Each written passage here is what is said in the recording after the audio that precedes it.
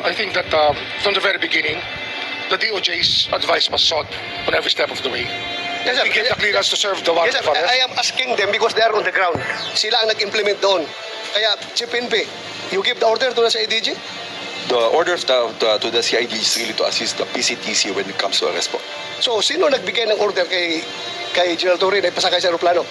It's always the guidance that ang ano po namin is really to assist ang PCTC po. Kaya nga, PCTC. PCTC Were you the one kayo? who ordered the boarding of President Duterte sa aeroplano? Yes, General Alcantara, please. Mr. Senator, Madam Chair, I've said from time to time that my mandate is to coordinate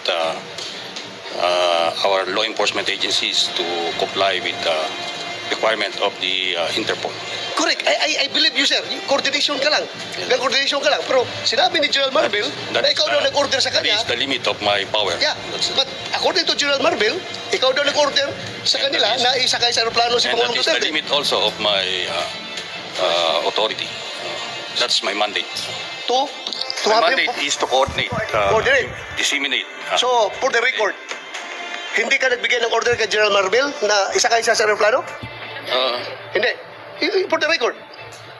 For the record, I am not the authority to order the arrest, to order the So just boarding of the plane. categorically, did you or did you not give the order to General Marvel? No.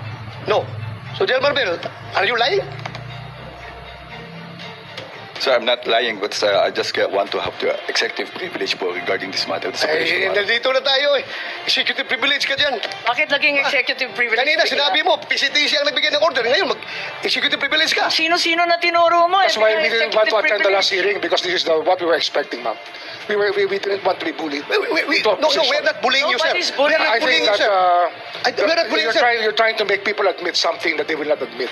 No, And executive we're privilege trying is a to valid derive excuse information. not to answer any question. Secretary President Duterte is already at the Hague. Tapos na. We're asking kung sino nagpadala doon sa kanya. Sino Yun ang nag-order? tanong We're natin. trying to understand every step of As I said earlier, everything was cleared with the DOJ. We are not bullying you.